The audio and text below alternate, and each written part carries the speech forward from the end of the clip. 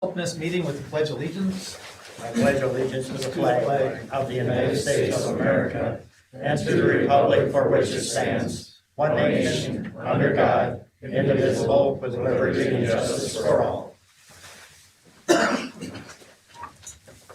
And number 2, open public forum. Anybody who is not on the agenda that wishes to speak. Otherwise, we'll move on to number 3, approval of the agenda. Can I get a motion to approve? I'll make the motion to approve. Ryan makes a motion. How about a second? I'll second it. Doug seconds it. Any discussion on it? Otherwise, all those in favor say aye. Aye. Against, motion carries. Consent agenda. A, minutes, November 27, 2024, regular meeting. Recommendation to approve the consent agenda as presented. Can I get a motion on that? I'll make the motion. Doug makes a motion. How about a second? I'll second it. Mike seconds it. All those in favor say aye. Aye. Against, motion carries. Number 5, truth and taxation meeting for 2025 budget levy. Well, as you probably remember, back in September when you approved the preliminary budget, we had, and the 2025 levy, we had an increase of 10.45%. We haven't made any changes to the budget except for one small change. We reduced the price of the Christmas lights because since we've already bought them, they came in a little bit cheaper. And then that brought the increase down to 10.35, just a little bit less. Everything else stayed exactly the same. Okay. Same with the water, sewer, pretreatment, and EDA and stormwater budgets. All right.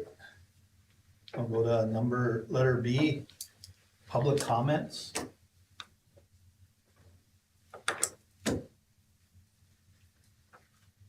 Otherwise, we'll go on to recommendation. Recommendation to approve resolution number 2024-39, a resolution adopting the final 2025 collectible tax levy along with the final general fund water, sewer, EDA, stormwater, and pretreatment facility budgets for 2025. Can I get a motion on that? I'll make that motion. Brad makes a motion. How about a second? I'll second it. Ryan seconds it. Any discussion on this? Mike? I do, in those Christmas decorations, when we talked in the committee about that, we hope to have a regular amount in the budget for next year in case we have repairs to make. I mean, Christmas decorations don't last forever, and there is some wear and tear involved in taking them down and so forth. So I'd like us to leave that in for that small percentage for next year. We may not need it, but if we do need it, then we have it. I think everybody likes what they see in the Christmas lights now, and I just like us to go back to that 10.45.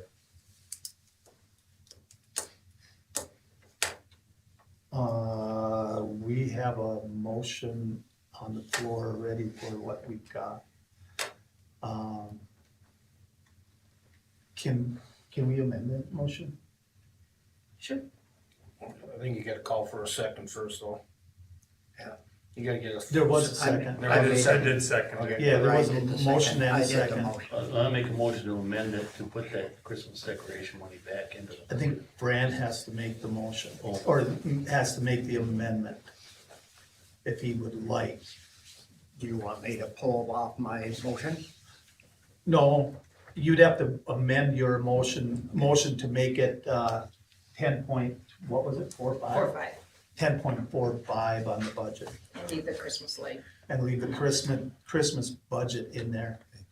So, Fred amends his motion and makes it to that 10.45. I'll amend the second then as well. All right, so now there's a motion and a second for that. Any other discussion on this? Otherwise, all those in favor say aye. Aye. Against? Aye.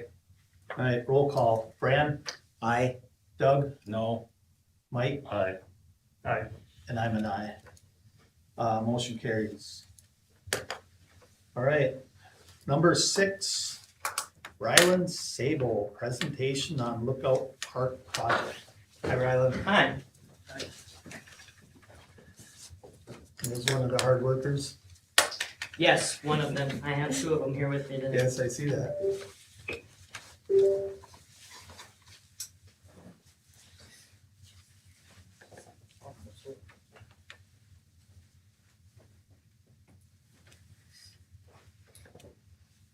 All right, so I think the last time that we were here was December of last year. That could be- Yep, and that's when Oh, you told us okay, what it is you on were the- gonna do, and we thought, Yeah, I think that the last time we were here, I had the opportunity to meet with the park board in November and share some of the information on the updates there because I'd never been to the park board meeting before.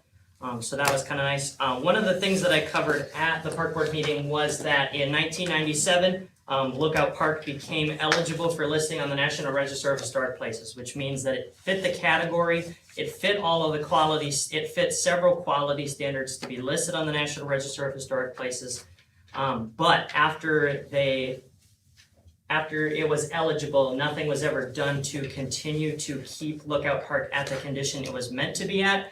So in 2016, MnDOT did an evaluation that deemed the site ineligible for that. That doesn't mean that the site can't become eligible again, so the work that we're actually putting in follows the guidelines of the Secretary of the Interior to guarantee that when we're done, we're getting the park to a point where we can have MnDOT or the State Historic Preservation Office reevaluate the site and you get it listed. One of the reasons you would want it listed is because in Cold Spring right now, we have 3 properties that are listed on the National Register of Historic Places, but all 3 of them are privately owned residences. So we have no public places in the city of Cold Spring that provide for people to be able to tour or be a part of that. For people to be able to appreciate the history that we have here in our community, as well as some of the highlights that are there in Lookout Park, would be one of the main reasons. Chip had asked a very good question at the park board meeting, and Dave, you were there. What are the incentives for getting it listed on the National Register of Historic Places? In the state of Minnesota, there aren't as many as other states because our state isn't we would consider our state old, but it's not as old as some other states. So our state doesn't really provide a lot of incentives for having it listed. But once it is listed, there are tax incentives and grant incentives to maintain the park. So that way it can stay on the registry. So he just wanted to know if there was any tax revenue that can come away from it, but because we wouldn't be charging because it's a public facility, there wouldn't be any super detailed information or incentives that would come from that. Does anyone have any questions on that? Okay.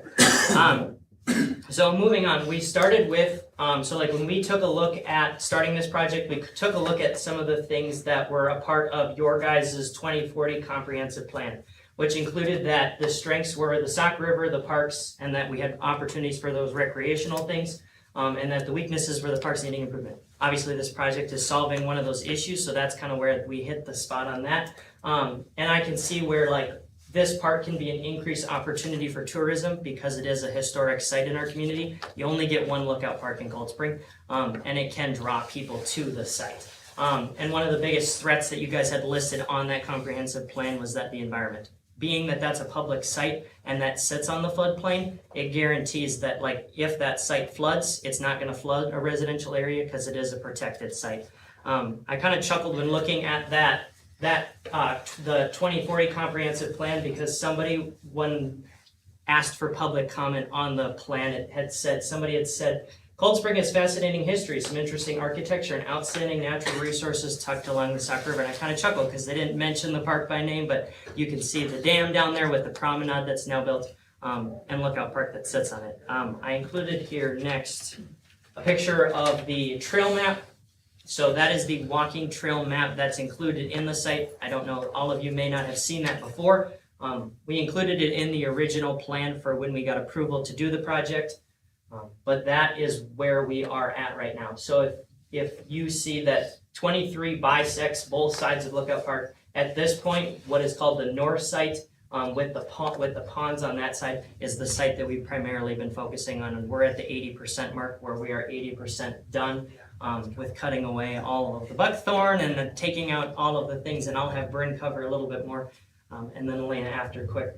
But that is going to be what we've gotten to so far. Bryn, go ahead. Okay, so like you mentioned, my name is Bryn. I'm one of the workers at the park. I just have some information. So since we began in June of 2023, we have removed over 700 pounds of debris, which is about 50 pounds per acre, which is something cool. But we've also cleaned the graffiti off of the council ring. Lookout Hills Overlook graffiti does remain still from the November 2023 vandalism, but we are working on that hopefully next year.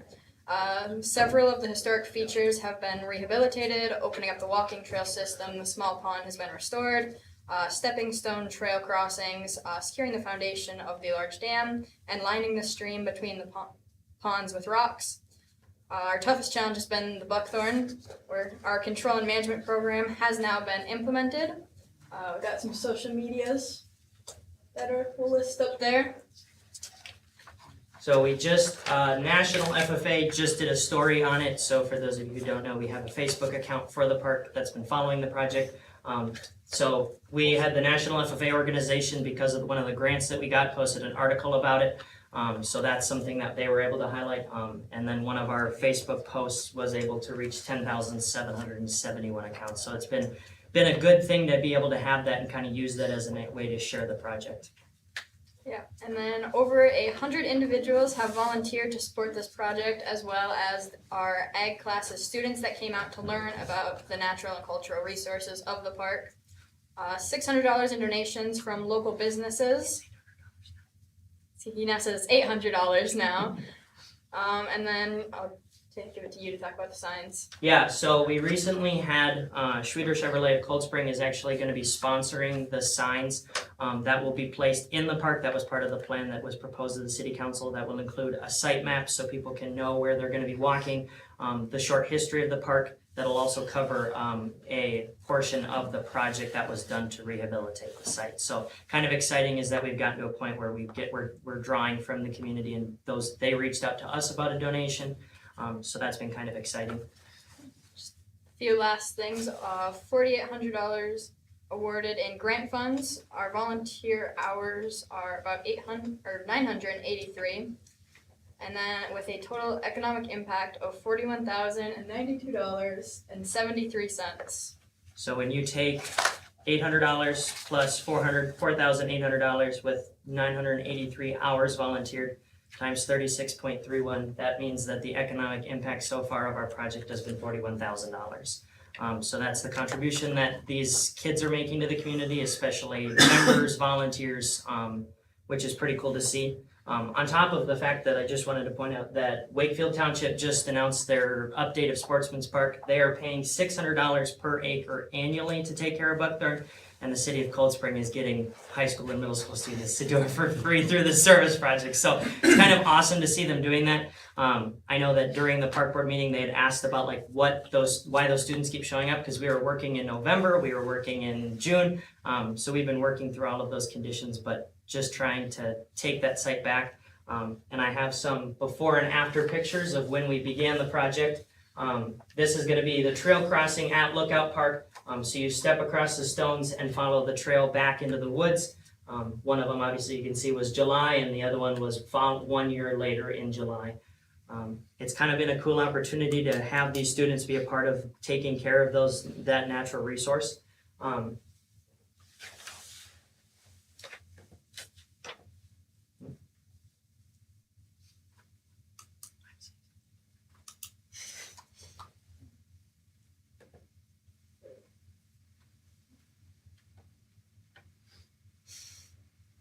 Hopefully it'll jump.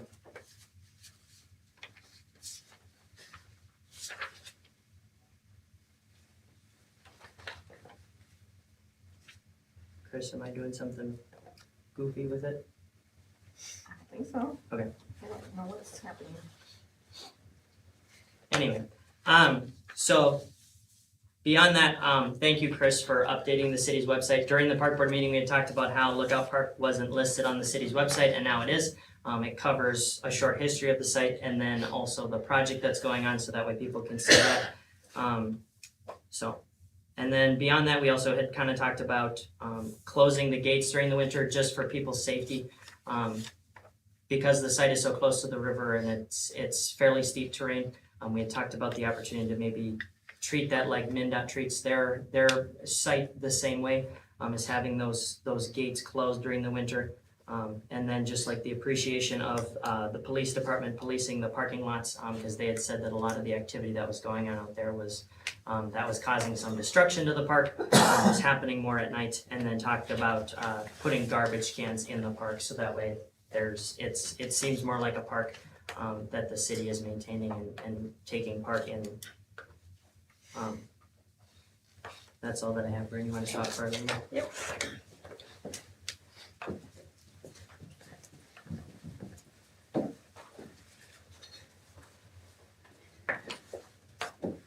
Alright, do a little switcheroo there. So, my name is Elena Brovanchenko. I'm currently serving as the Rocori FFA chapter president. And in terms of the park, the Rocori FFA chapter is determined to complete the Lookout Park rehabilitation in the fall of 2025, with a reopening ceremony following in the spring of 2026. Now, along with celebrating the project's completion at this time, it would also be the 90th anniversary of the park's construction. As of now, further work on the park has temporarily stopped because, well, we've all been outside today. The weather isn't great for that, but we are excited to get back to work in the spring with that.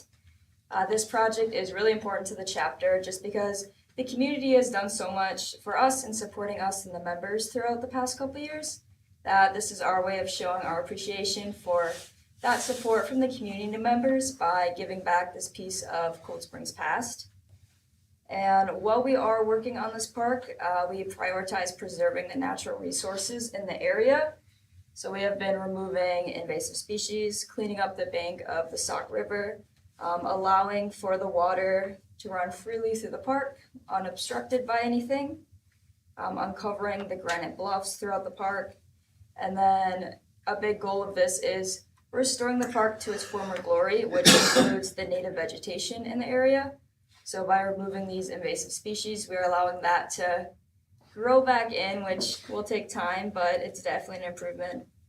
And we're really just opening this up to be a recreational space once again that community members can utilize with the hiking trails and using the lookouts to see the landscape of Cold Spring. But yeah, thank you for your support of this project, and we are super excited to continue working on it and see the finished project in 2026. So I was able to get those pictures pulled up. This was a before picture of July of 2023, and that is July or August of 2024. So that was one of the features, was the spring-fed pond that runs through the park.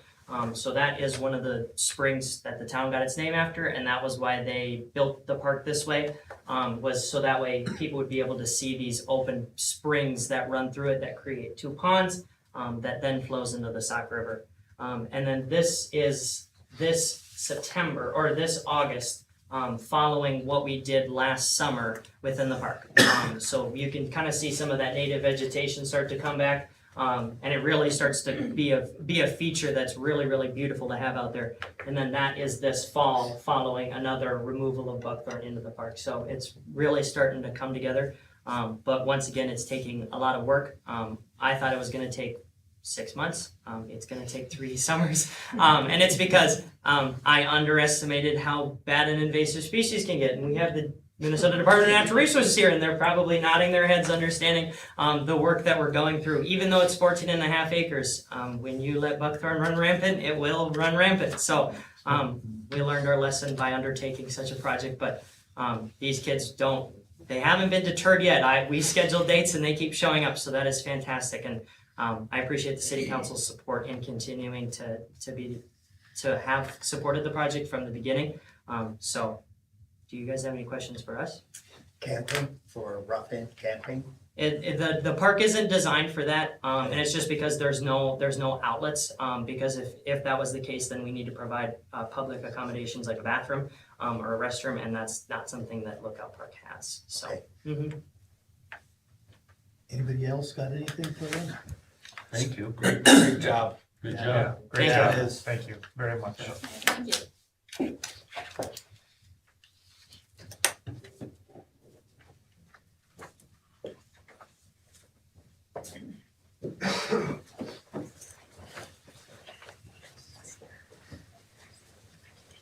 All right, and we'll go on to number 7, Sauk River Dam modifications. Greg Bird, Stearns County, SWCD, whatever that is. Soil and Water Soil and Conservation Water. District. Yeah, it's a mouthful. Okay. So mayor, council, staff, and those that are interested, my name's Greg Berg, I'm with the Soil and Water Conservation District. We're here to talk about the feasibility of potentially removing the dam and putting in a different type of structure called a rock arch rapids.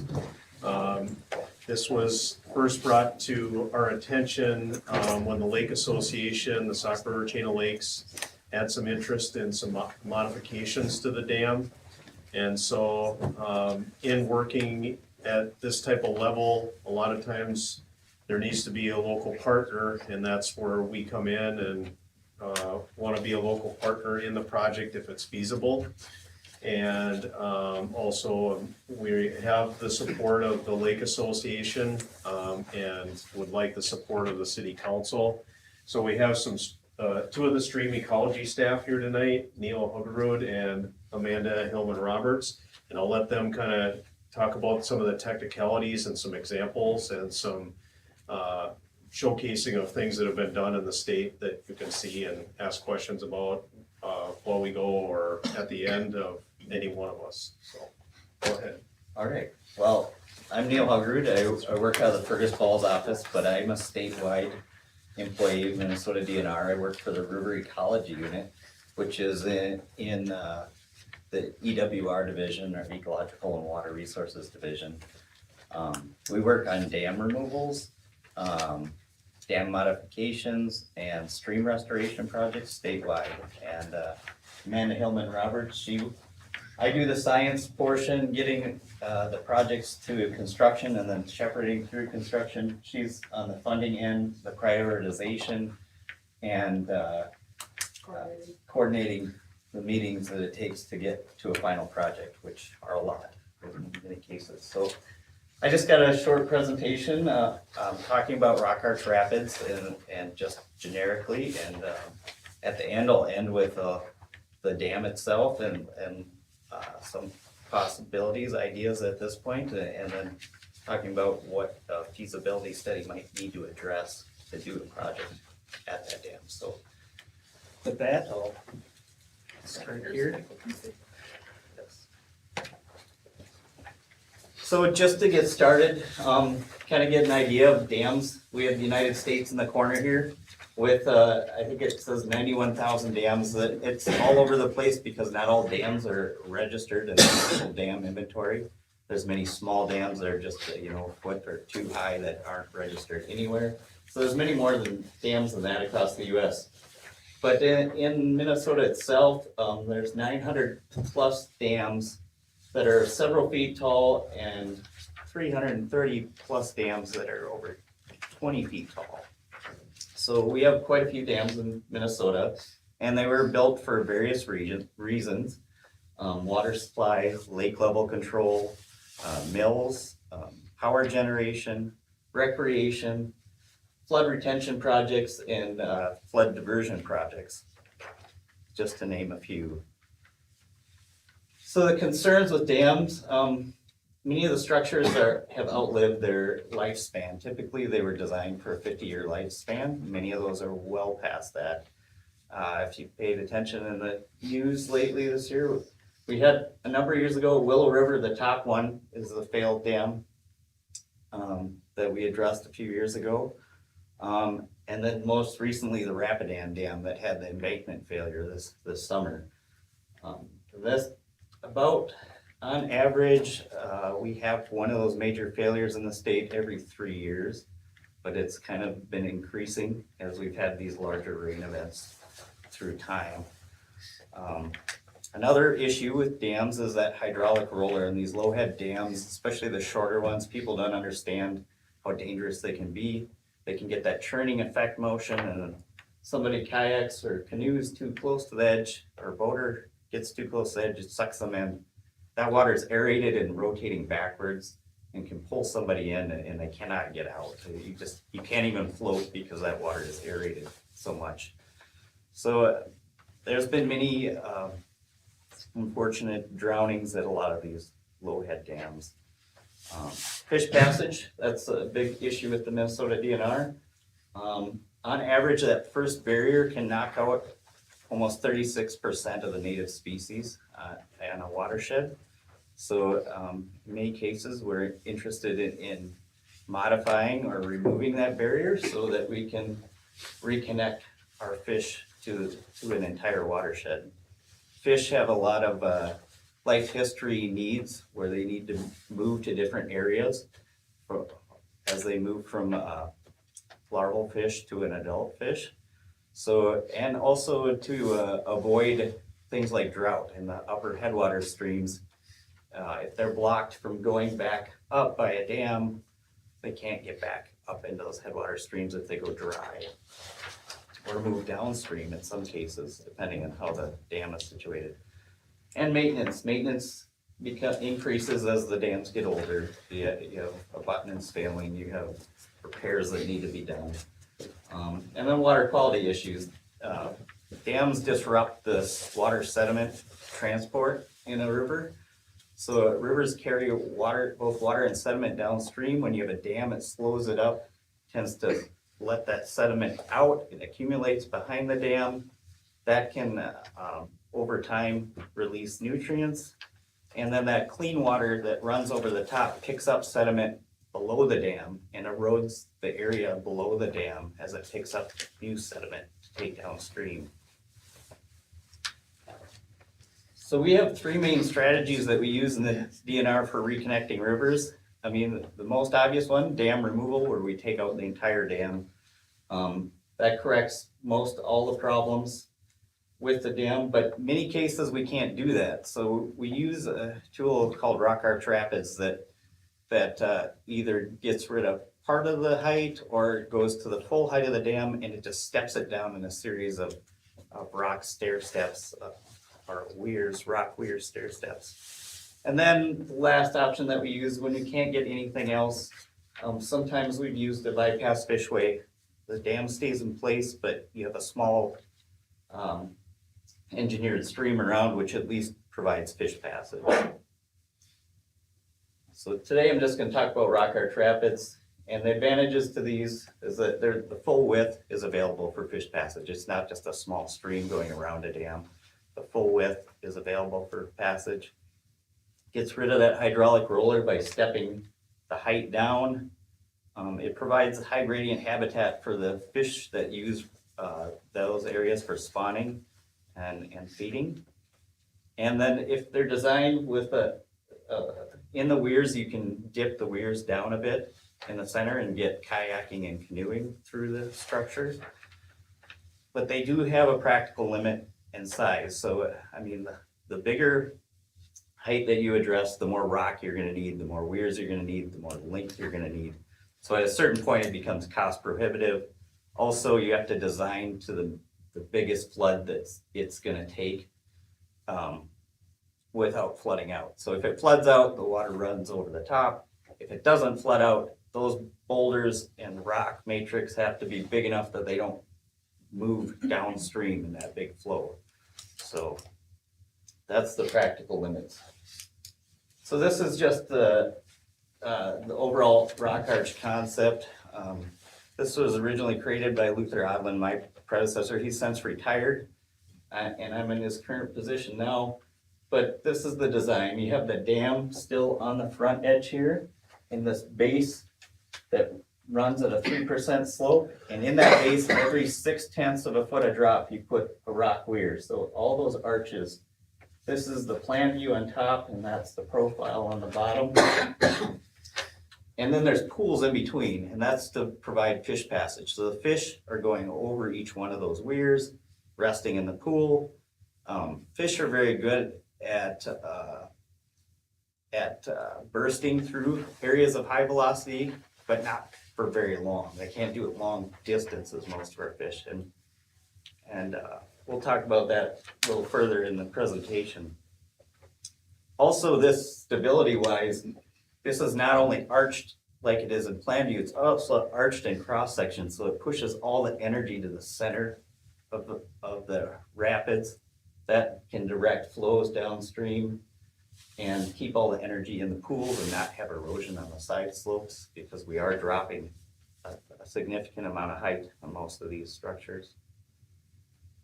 Another version of this is, instead of doing it up to the dam and leaving the dam kind of buried, you can slide it upstream and remove the dam, and now the crest of the Rock Arch Rapids now becomes the new top of the dam. So there's variable ways you can use this type of structure.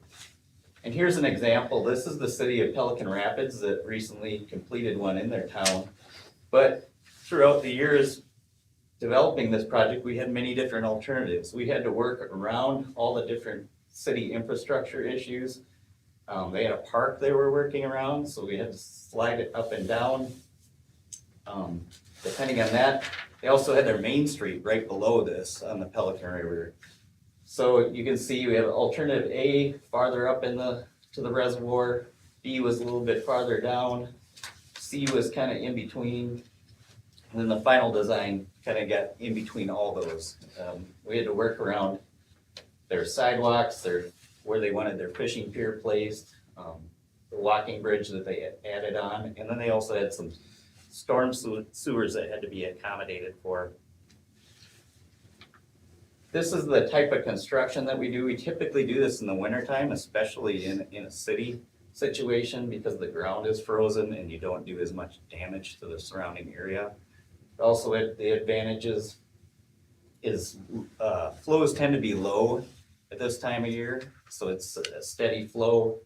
You can work in the water, you can divert it in some cases if you need to, and work in the dry if you have to. Also, there's a very small likelihood of a flood pulse occurring. Sometimes we do get some quick thaws, but most of the time you have this pretty steady flow. The only thing that does make it a little annoying is us having to work during the cold weather. This project was completed right during a blizzard, right at the end of the year. We had to complete it pretty quickly, so. Another nice thing with working in the winter is people aren't trying to use the park as much. Yes. We worked around their festivals and got it done before they had another one. Again, the key features, shows the fish gaps a little better. The red arrows show where we've broken the weir apart and made larger gaps, allowing our fish to go through those gaps. Most Minnesota fish species don't jump necessarily, they burst through. So like walleyes, northern pike, you may see them occasionally jump, but most of the time they're going between the rocks and getting through that area of high velocity. And then they get into that next resting pool and can rest for the next jump through. Other features that can be added in with the Rock Arch Rapids is that we can use large flat stones. This is a picture of one at a lake outlet. This is above the Rock Arch Rapids itself, and it's set higher, and it's used for fishing out into the lake that's above the rapids. And it can also be put below the rapids. These are my two boys playing on the rocks. A lot of people talk about, the danger of being in the water. Well, when we flattened it out more and made the steps less dangerous, you can be in the water and sit on these stones and be in the water. Another additional feature, this is Pelican Rapids again. They added their Christmas lights to around the whole project itself, and really have embraced the Rock Arch Rapids. And this is a before and after of that project. The final cost was $2.9 million. That came from Lessard Sam's Outdoor Heritage Council. Additional park features were levied by having the project happening. They got additional monies to do the sidewalk and the additions to the fishing pier and the new bridge, the walking bridge. The dam itself was a walkway to their post office, so they wanted to keep that, so they added the walking bridge. We also had to deal with Pelican Peak, the world's largest pelican statue, had to be moved from one side of the dam to the other side of the dam, and that took a lot of meetings and a very large pelican being hoisted by a crane off-site for a while and rehabilitated, so that was an interesting part. Every project has its own quirks, and that was the one for this one. So application of rock art rapids, I've mentioned some already, but there's the full height version where we go to the original height of the dam. In some cases, we have to reduce that height because of the height is too high, needs to be reduced down. We also, in some cases, just bring it down to the sediment level of the reservoir behind it so that we stabilize that sediment and don't let it go downstream like you have in a dam failure. And then we can restore the channel upstream after that has consolidated. Another reason we use rock art rapids is lake outlets. Many of our lake outlets are controlled by dams. Many of them are in poor shape. And then grade stabilization, this last one in the corner here, that was a perch culvert that was addressed with a rock art rapids. It wasn't a dam, but it was acting like a dam. So that's another application of rock art rapids. Here's just a video, 2 videos actually. This is Pelican Rapids, as the project wasn't even complete yet, but this is a northern pike using one of those weirs. And you can see that they kind of nose behind the boulders. They use that as a refuge from the velocity coming downstream. You can see the particles moving. And he's just gonna sit there till he decides to go upstream. The other one, this is Dutton Locks in Detroit Lakes near the area office. And you can see the walleyes going through between the boulders. So that's them getting through that area high velocity and into that pool and then resting. And they move up each one consecutively like that. And that was filmed during the walleye run that they actually trap walleyes there for the hatchery. Another link that you may not be aware of, but some people have probably seen this. Part of our river ecology group works on mussels and mussel propagation, but this is a mussel displaying, and they have little displays that look like fishing lures. And when their host fish comes and bites them, they spray a bunch of larval mussels into their gills where they latch on. And that host fish takes those mussels upstream and they develop on the gills until they get big enough and fall off. And then those juvenile mussels make new mussel beds. So you can guess how dams impact mussels. If they can't, their host fish can't get upstream, those mussels can't be taken upstream, you don't recolonize mussel beds upstream. So another important issue, and mussels can filter a large amount of contaminants out of the water and have been called like the liver of the river because they have that ability to pull contaminants out of the water. Just to get an idea of how many rock art rapids across the state we have, this was earlier this year. We have about probably 75, 76 on the ground. We've added quite a few this summer, but most of those are full pool or lake level projects, and you can see that the orange dots show the ones that are addressing lakes. The rest are on the channel. 8 lowered the pool, 14 stabilized the reservoir sediment and had channel restoration upstream.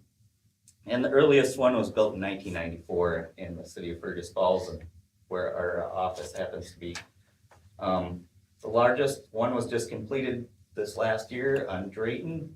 That's on the Red River of the North, and that was the last main stem dam that blocked the Red River of the North. So the whole main stem of the Red River of the North has been reconnected. That's been an initiative by the Minnesota DNR over the last 20, 25 years. So along with that, they restored lake sturgeon on the Red River. With that, I'll let Amanda talk about money. So the Cold Spring Dam is a very unique site, a little different. Like you said, everyone's a little bit different, but this one's definitely technically different than most of them. So the way the funding would have to work for this one would be to do a feasibility study first, to first of all find out what's feasible, and second of all to get a better estimate on cost. So it would be 2 phases, kind of getting support for a feasibility study and funding that first, seeing what could be done here at this site if that's the way it goes. And then secondly, going after engineering construction funds. And so we typically do a request for proposals every January and have them due end of February to early March for doing a full blown project. We're not anywhere near close to that here, you know. Right now, we're just thinking a feasibility study would be good to see what's possible for a full pool here. I think that's it. Is there a grant available for a feasibility study? If there's support, we can start looking into that. We don't have anything right at this minute, but you know, we don't really go after things until there's support. And because the city owns the land adjacent, it'd be kind of a partnership in that way. So Amanda already alluded to it a bit. Here's the dam as it sits. The newer spillway was built in 1980, so this is a relatively new dam by a lot of the dams in the state of Minnesota. It has approximately 9.2 feet of fall, and there's about 57 river miles upstream to the next barrier, which is at Melrose.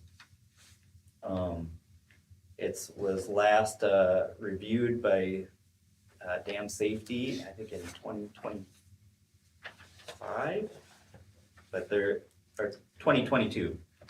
There was no safety issues found at that time. It doesn't have anything at this time, but it sits on a piece of bedrock. There's multiple sills on it, some old stop log bays on the river right.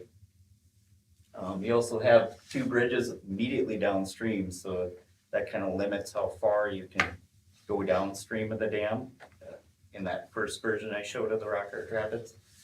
You also have a bridge upstream that would have to be evaluated. And you have the remnants of the granite company along the edge that would also need to be evaluated. So when thinking about feasibility, there's two real areas you'd want to look at.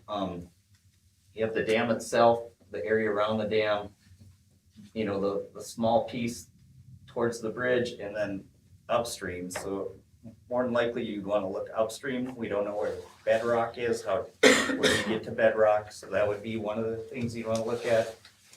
And then if you could, knowing how those bridges were designed, you could look at that straightaway downstream. So riffles and rapids areas tend to be in the straightaway of the river where pools form on the curves. So that would be the first place you'd want to evaluate if you wanted to have one start downstream.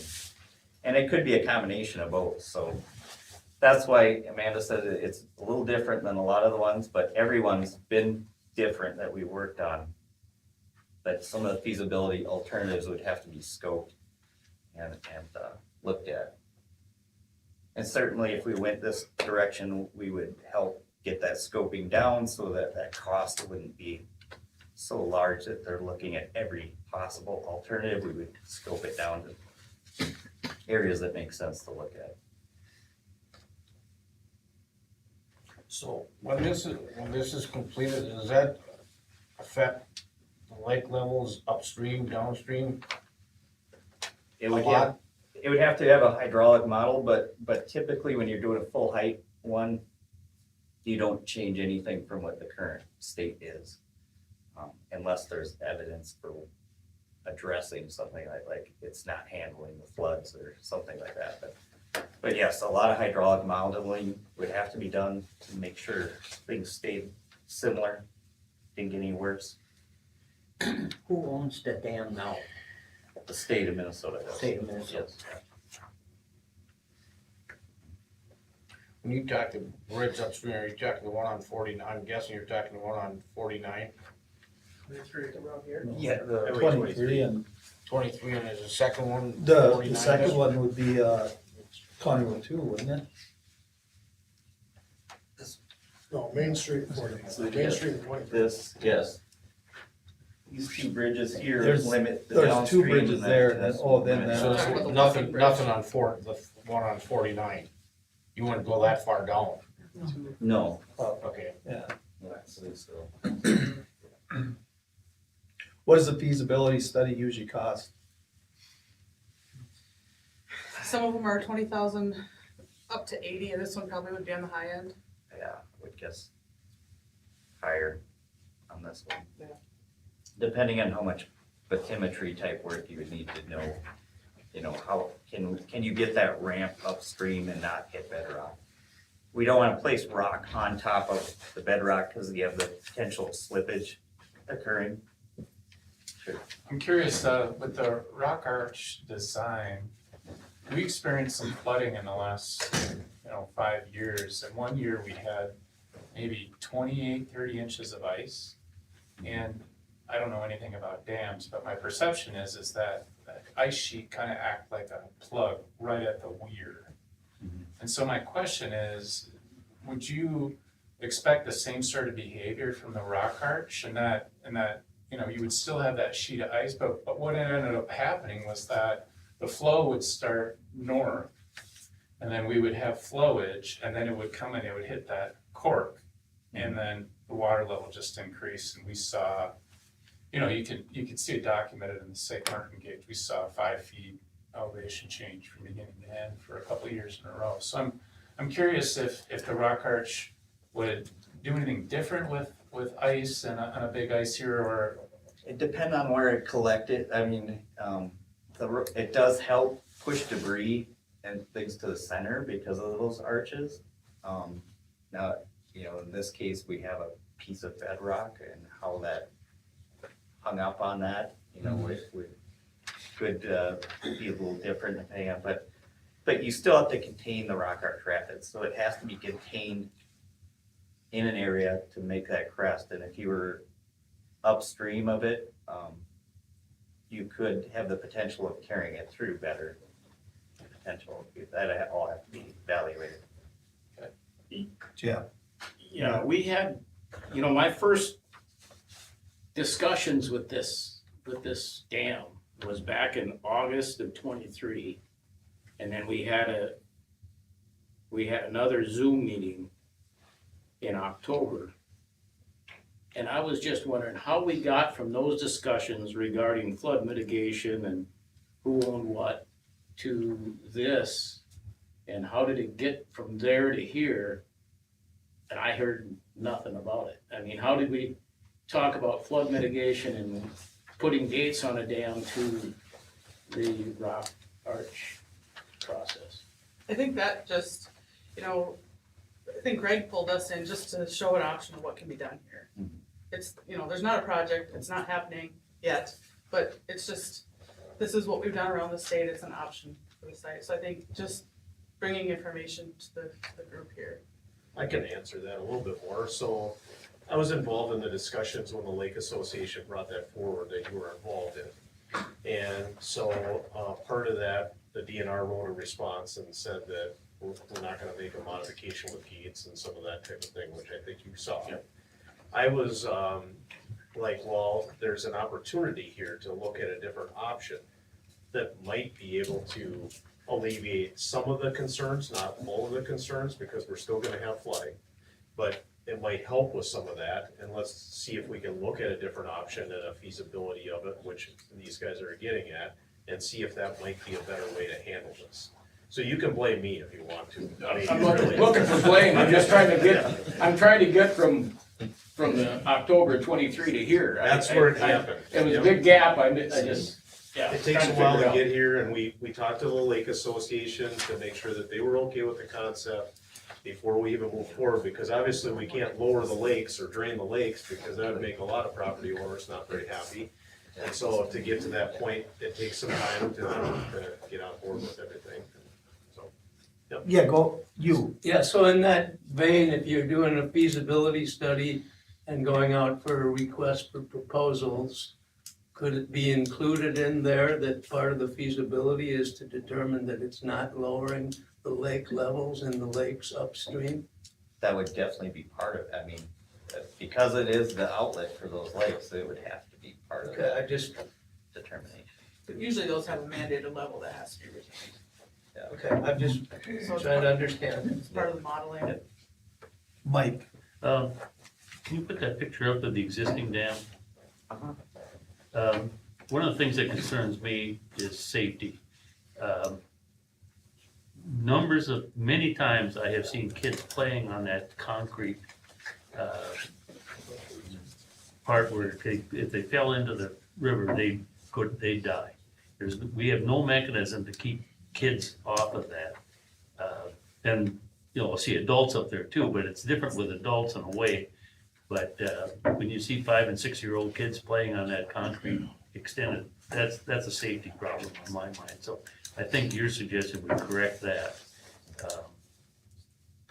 I just wonder where the money would come from for the feasibility study. Is that something you'd be looking to us for? No, I mean, unless you have it, that'd be Well, we don't. great. There's some avenues we can start looking into. Sometimes fisheries has some money. But like I said, we weren't committing to anything until. I wonder if the state would have any money. The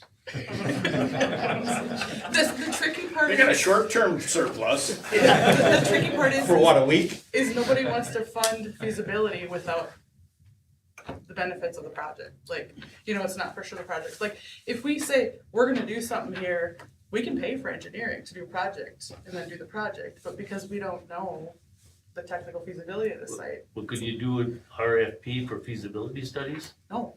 Oh. Not with most of our funding avenues.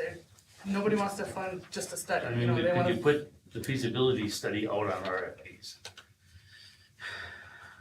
I don't know of any sources, Okay.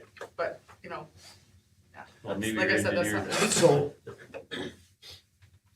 I've got a question. What's wrong with that dam? I think it's beautiful. That's my opinion. I just don't see anything wrong with it, and I was just curious. It was just 22, they just said it was safe and it was good, if we could do something to keep the kids off it.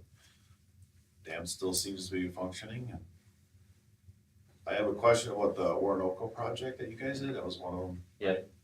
There was some family that live in that area, and that project greatly affected the water levels of that lake. It's not a Yeah. lake anymore. No, it wasn't, that was not the project. The project was to return it to a river. But it was the people that lived there used it, I wouldn't say it was a boating lake, but people kayaked and canoed. And in that things case, like it that. failed in 2010, so, or was it, 2010. Okay. Large storm event, and it took the bridge below it out. And to rebuild the dam, you need a pretty good reason, because of the impacts. And you have to bring it to current specs, not the specs that was built at however many years before, so. The concern is that, that we would lose, water height on the chain. Yep. And that obviously. That's anyone gonna that hurt lives that, out here, that's gonna that's hurt a that major chain. concern. And that would be the number one on this, in this case, number one would be not dropping anything on those lakes levels. Because this is a different type of dam. This is a lake level But- dam. But in Melrose, you were gonna lower it. Melrose, yes. Yes, and they spent a lot of money and they decided not to do it because it was gonna cost them even more money. It was not. I talked to the mayor up there and he said, you better watch what you get into here. I have two quick questions if I could. Yes, go ahead. My first one is about the other benefits besides the fish coming back. Like, are there other benefits to the chain if we were to implement a project like this? Like, would it increase the health of the chain itself? And like, or do you know anything from other projects that you've done about other benefits besides the fish? So, yeah, besides the fish, we also get the mussels that come with the fish hosts. You also, you get rid of the safety hazard as well. There can be benefits on the top end of floods, but it depends on the feasibility. That would have to be scoped in the feasibility, whether it opens up more floodplain or not. That has to be figured out. Okay. It's it's not always the case. And have you done any of these projects on a lake system like ours, where you could give us some other examples? You gave an example where the lake is no longer a lake. It wasn't really a lake to begin with, but do you have any other examples of where you've done it with lake systems like this? Let's see. Well, Otter Tail Lake. yes, It was Otter much Tail smaller. Lake was smaller. Pine But that's a big lake. Pine Yes, River. Pine River, Otter Tail Lake, Rush Lake, Big Pine Lake, we just did those all recently. Much smaller dams, lake level dams, mandated heights, so those are typically double crested. So the first weir matches the top of the crest of the previous dam. So there is no drop between those two, so you get two crests instead of just a single crest. So that is part of what those designs usually have, and I would guess that would be incorporated into this And when you say recent, like how recent is recent? last year. Okay, so we wouldn't actually know like long-term effects of having made those changes for those areas? Yeah, we have ones that are much older. The early ones were on the Red River and Frazee. Frazee. As a homeowner on the chain, I would be interested in like what those effects are, what those impacts are, and like what that means for, you know, people coming to this area, also as a business owner in town, because those would be things that would be impactful to me on multiple levels, so. Brian? Are you able to go back to that picture of the above? I think it was the last picture you put up. You can stay one back. Okay. So the end of your red circle is the beginning of the park report that we just gave. Yep. So because that is technically still protected by the State Historic Preservation Office, from starting where that bluff is, all the way back behind the 23 bridge is technically protected historic site. So like here. Starting there, yep. Do you mind if I point it out? That'd be great. I was So actually like, gonna ask you so that. this park, Lookout Park starts right there. This is one of the overlooks. This is the parking lot for overlook number 2, and the site ends right here. So this all is technically protected property by the State Historic Preservation Office, on top of the fact that, like right here where this trail follows, the bedrock goes, it comes up and creates that bluff on the other side, and then creates the hills, but I've slid into the river from the bedrock there, and it slides 10 feet into the river. So I was able to like sit like a slip and slide down into the river. So like if you wanna know where bedrock is actually at the edge of the river, for that entire stretch of property. So I don't know if that would create some concerns about backing up Arch Rapids, being that it would impact a historic site. It'd set some of the limits, and historic site limits are part of the feasibility. Yeah, and as well. I figured that would be part of the feasibility study. There has to be review with that. Right. What about the migration of things you don't want, like silver carp, stuff like that? Yeah, these projects don't stop that type of migration. There's no way to stop invasives and not let natives through, and let natives through it, so. We can't put border control there or something. Unfortunately. I have a question. During your presentation, you talked a little bit about how some of them, when you're building, it only fills up to part of the dam, or maybe you step the height down. How, during your feasibility study, would you be able to determine ahead of time what would be needed? Specifically, you know, flooding happens, but we're also worried about it disappearing. Yeah. So what if you're partway through the project and you're like, oh shoot, actually we need to lower the lake levels? And that would occur in the scoping, the objectives of the project. So if the objective in this case would be not to lower any upstream elevation. So you would put that from the get-go. And these other ones where we've lowered them, there's either been a big dam failure, so the cost of bringing it back, or it would take the dam to be replaced completely. Those are the ones that are getting lowered down. Or it's technically infeasible to go that high, and that's part of what happened in Melrose. It's a 14-foot high dam. It wasn't a 9-foot high dam. 14 And that's the feet. difference here. I Yes, guess how ahead of time would you know? We already know that it's gonna be a full pole. yeah, Okay. Yeah, I think we should make that clear that yeah, the proposal here would be to not lower the lake level elevation. Yeah. At all, from the get The go. only way you can change a set lake level elevation is to have 75 to 100% of landowner buy-in, and that's like never gonna happen anywhere. So we Well, have I would say mandated level. Melrose probably didn't buy into that, right? I'm sure there's plenty of people pissed. Well, I would depends if- assume. I think that one didn't have a set run out, did it? I don't, I'm just saying there are loopholes to consider.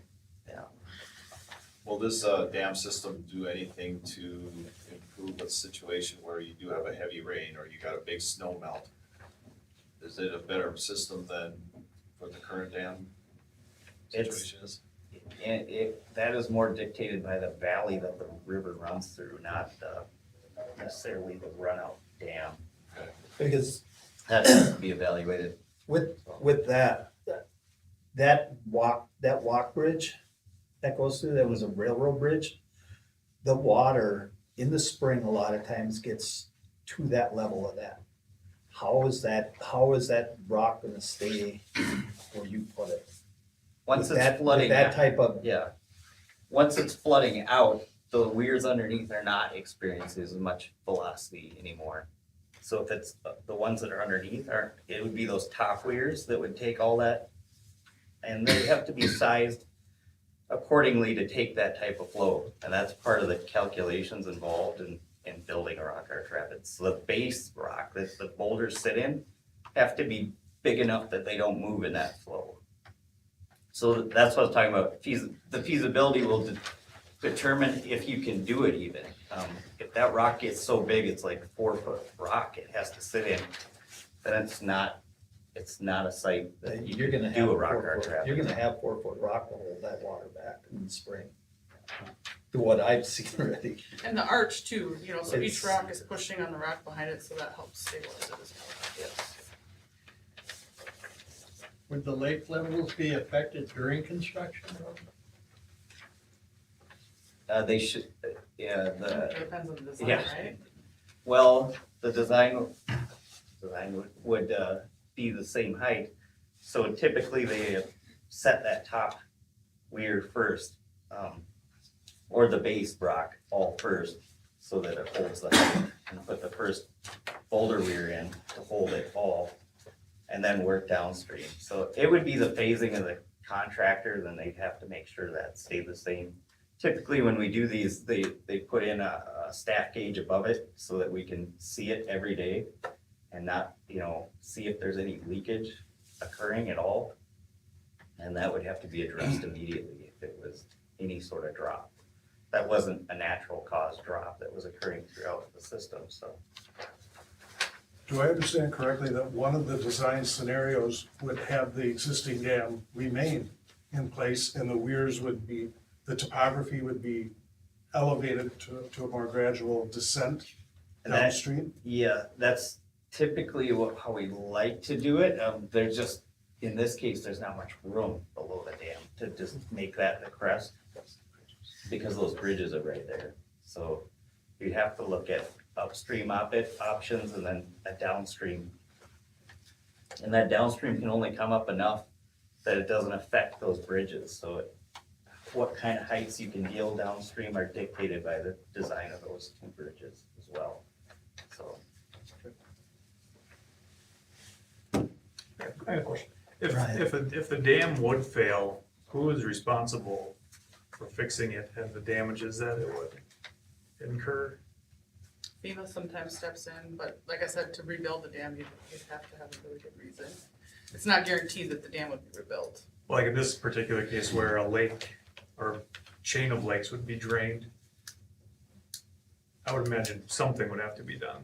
Yeah, that'd be a damn safety question. Yeah. I And don't it wanna has, speak I for mean, the Willow Jason. River one I just showed here, that was the case. I mean, the state-owned dam got money to fix it to the original height.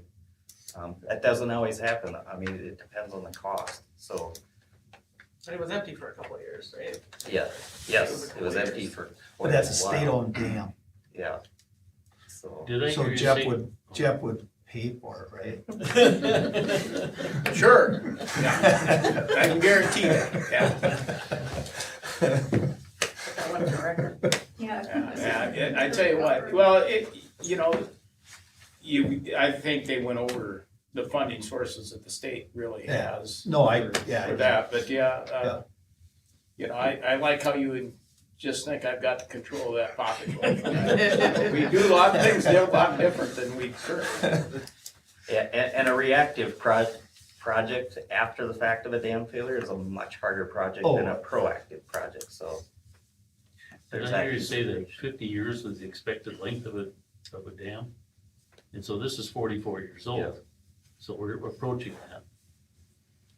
So We have a lot of dams that are in the 100-year range around the state, so dam safety wise, it would be quite a ways down there, their list for addressing dams. And we don't have really any erosion going on around our dam right now anyway. I have a question. I don't know So exactly. you're proposing this, but what I'm also hearing is if the dam fails, this is what we get. So is it, because you said that one dam failed and that's what they got. Well, they got money to do this. That's not necessarily. So if the dam fails, we have no lake or we have this dam system, the rock arch rapids. You would have no lake until some funding came through either way, rebuild the dam or. So can I ask a quick question? If you were to modify the river so that way the Rock Arch Rapids was at the river downstream beyond the two bridges, would that then, the dam would be removed from where its current position is and you build the Rock Arch Rapids, if I'm understanding that correctly?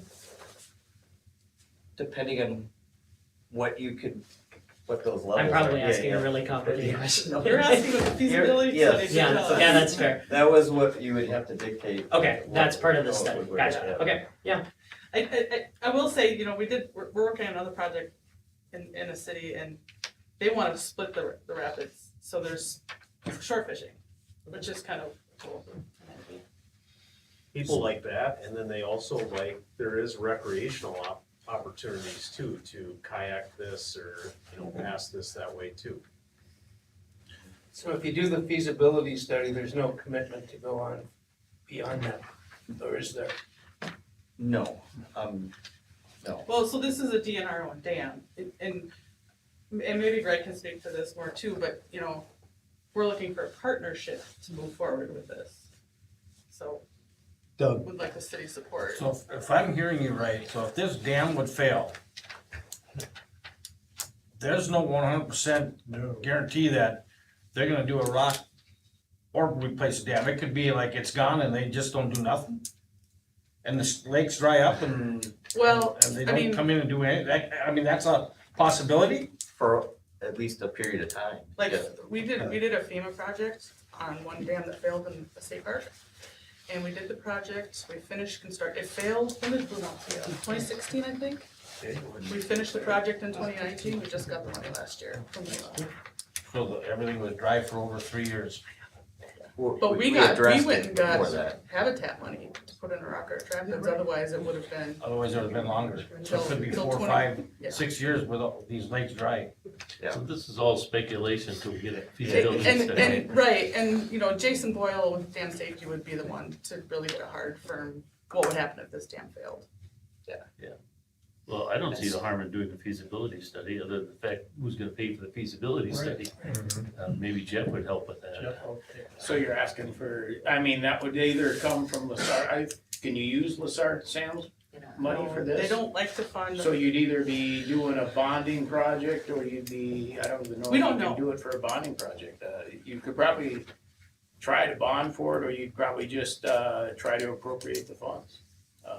And for a bonding project, you'd probably be looking for, the state would be asking for a cost share deal and who all is gonna cost share into that, the city, the lake associations, whatever, or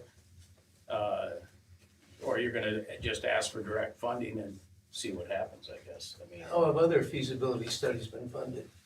we haven't done them. We've had support to do the project for the most part. So we just start right on engineering. But yeah, most of them are a little more straightforward than this one. This isn't mandatory then either.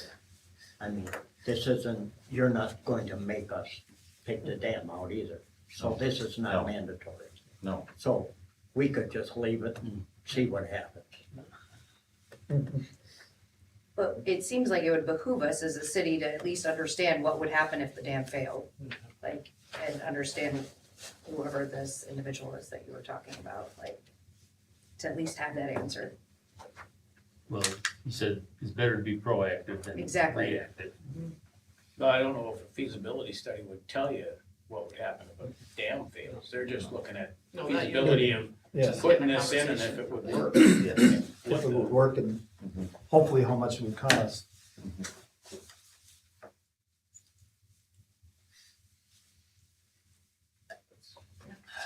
As far as, Everything.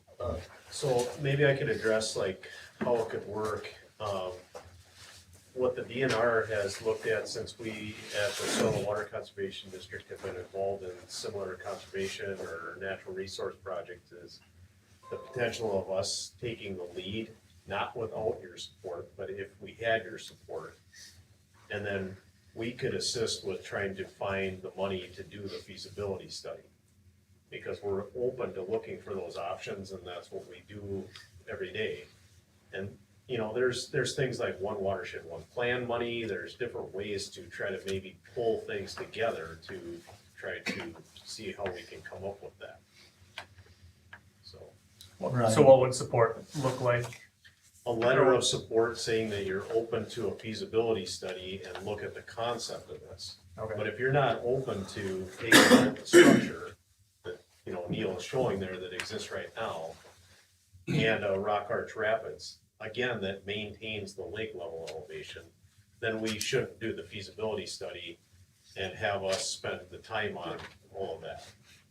So if you're not okay with this look, or you like the structure the way it is, like the mayor has said, then we're wasting our time doing a feasibility study and finding all that money. But if you like the idea of what that could look like, the safety, the recreation, the fish, the water quality, I mean, all of those benefits that it could bring, then it's something that we should pursue. What about flood control? Well, we talked about flood control and that was asked, and we feel like there's a possibility that could help with that, but there's no guarantees in that world. Well, that was the primary concern at the August meeting of the Lake Association that I was attending, was flood control. Yeah, but that's a dead end. The DNR was crystal clear about that. Our idea to try to control flooding using gate systems is not even, it's a non-starter. We worked on that for about a year and a half. Maybe Neil, you could go back to the picture that shows the dam. Yeah, right there. So right now it's restricted to what I would call the north or the east side, you know, where we were talking about the main part of the park work that's been done. So you're gonna, if it could happen, you're gonna allow it to at least try to use more of the channel that's there. So there is the possibility that it could help with some of that flood flow. I mean, it They'd have to lines look up at with the that. hydraulic model. I mean, Right. it's not just the channel, it's also the valley. The valley Correct. is steep here and it dictates how high the flood's gonna go. So even if we change a whole bunch of stuff down in the channel, it may not attenuate a really big flood. So those are the type of things you look at when. But your addressing it. duration might not be as bad either, and some of that kind of There may thing, be so. some of the other things that. Right, so there might be some things there, like if you get this major flood where it's not gonna help with that, there's nothing we can do about that, but the duration that you're seeing it might be better than too. Because right now on the park, the developed park side, you know, is Alexander Park, I was at a loss of words, but on that side, it's really restricted with the old walls and everything that was there from the granite company. That could be opened up some. So you would slope that thing down and then you'd have more area that'll actually flow out, basically, you're saying. Correct. That's not gonna change the height of the lake by making it wider. There's no way, I mean, we gotta make that clear that there's, You make it like this. But it's still it's still the same height though, that's the thing, no matter what. there's no way this project can happen without the lake outlet staying the same. I mean, there's no way. So you're looking for a, Looking at upstream to control how much water gets brought in to slow down the fluctuation on the lake. Yeah, we do that every day in our office, trying to work with landowners to retain wetlands or putting basins in fields or cover That seems crops, like you that's a know. lot of it too, I mean, is it not? Mhm. I mean, we get rain and the lake goes up, I mean, I'm on North Browns Lake and our lake has gone up extremely high at times. And I feel this is gonna keep our water level the same, but if we're not slowing down the water that's coming into our lakes, the levels are gonna keep going up and fluctuating a lot. Absolutely. And I feel that seems like, is that a better idea? I mean, could this dam last 150 years if we slowed down the fluctuation, the pressure on the backside of it? I mean, it's just a thought. I mean, there's a lot of water that flows into this river system, and it seems like nothing's talked about upstream about slowing it down before it even gets into the lakes. There is a lot of work that's being done to try to do that, it's just, there's no silver bullet that says, okay, we're gonna put this basin in and that's gonna change your flow. I just, yeah. We're trying every day, you know? Okay. And if we could figure out a way to have the farming community create some wetlands, and which actually benefits our transportation folks, because they can buy those wetlands if they're created properly. So we would slow down the input into the rivers and the ditches. And they could get credit, because right now we're paying, I can't remember what it is, but it's like $95,000 an acre for wetland credits, so we can build roads and modify roads. And our problem is the fluctuations of our lakes because of the inflow is amazing. I mean, if people would, and we've gotta figure out how to restrict those inflows in order to maintain that level and keep it at a decent level. And that's been the struggle. And as soon as you start talking about trying to do something with tiling and that stuff, yeah, people get really anxious in a hurry. So it's a tough discussion to But there's no have. rules on it though, to remove wetlands. As an agriculture portion of it, there is none. Right, if you're gonna dig a ditch, yeah, there's all kinds of stuff, you know, they put in the buffer strips alongside ditches. And we tiled right through. I mean, I pheasant hunt on them, and you can just walk and look at all the tiles that go through there. The buffers are nice, but they hold a lot of birds, but they don't hold back any water. So what are we gonna do? you're saying a letter from us saying we would support a feasibility study. Is that what you're asking for? Correct. I would make that motion. That we do a Mike letter makes a motion to have a letter of support for the rock For the feasibility. for a feasibility study. feasibility study. Can I get a second? I'd second it. Ryan seconds it. Any discussion? I just got some concern on that, because I'm hearing some lake people are for it and some are not. Have you guys gone to, like, other than the Sauk River, have you gone to like other towns that have lakes that are affected in this and see what their take on it is? Or are you just asking Coastman for the go-ahead, or like, are you guys asking Richmond? You know, they have lakes that are in it too. Or are you just asking Cold Spring because the dam is here? But yet it could affect their lakes down that way. Are you looking at other towns also, or just Cold Spring?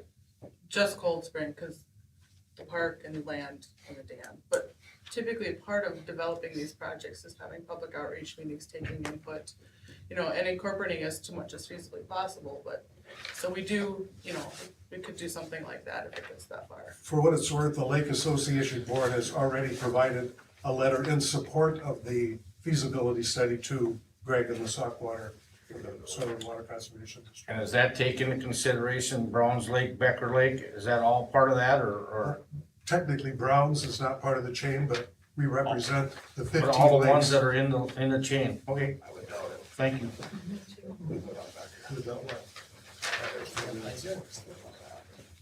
So I can share with Chris a copy of that letter if you haven't seen it already. I thought that I did, but if you haven't, we can share that letter from the Lake Association, that's no secret. And what we would be looking to try to do, and you could approve it at a future meeting, is that letter, you know, of support, or however you wanna handle it within the city. And we can provide you examples, and you can tailor it however you want to say in bold letters, the Sauk River chain of lakes will not be lowered, or whatever you wanna do, you know? Right. So. Any other discussion? I have a question on the picture up there. Earlier in the discussion, did they talk about a fish run that had been put in there? Is that a fish run on that left side of that picture? You got the dam to the right, and to the left of it, is that a fish run? No. This area can't jump that high. No, they can't get up Goes there. too fast. Yeah, it's too steep, it needs to be too sloped a little bit more, yeah. Thank you.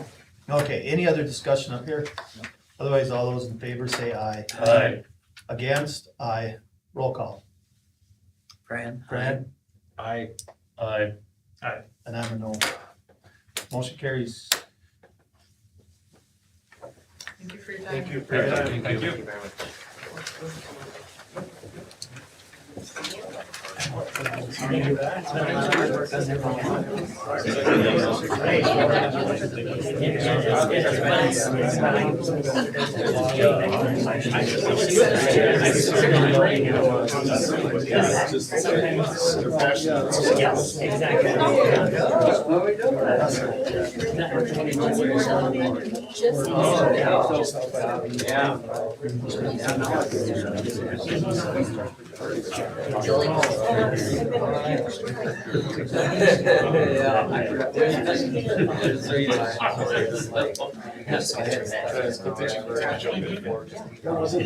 Pull something out of it. yeah.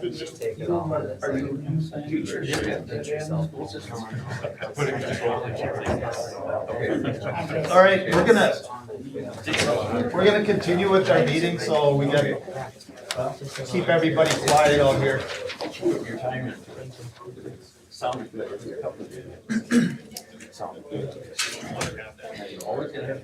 Well, we're gonna start our, we're continuing our meeting, okay? Number 8, ordinance number 420, and ordinance amending water rates. Do you have anything? I just brought back the same ordinance that we had talked about at a previous meeting. Okay. So I don't know if there's any questions. Yeah, I guess I'm personally not ready to move on this. I would like to see some kind of a model for what it would be when eliminating the flat rate and putting it all on the industry. I think that can be modeled. I mean, there are other cities that have done it. I guess before we vote, I'd like to compare that to what we have. That's just my thought.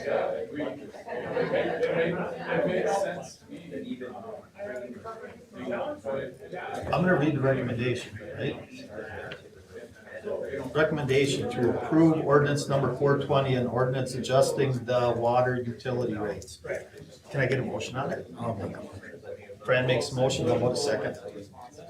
I'd second it. Brian seconds it. Any discussion? I know Mike's discussion.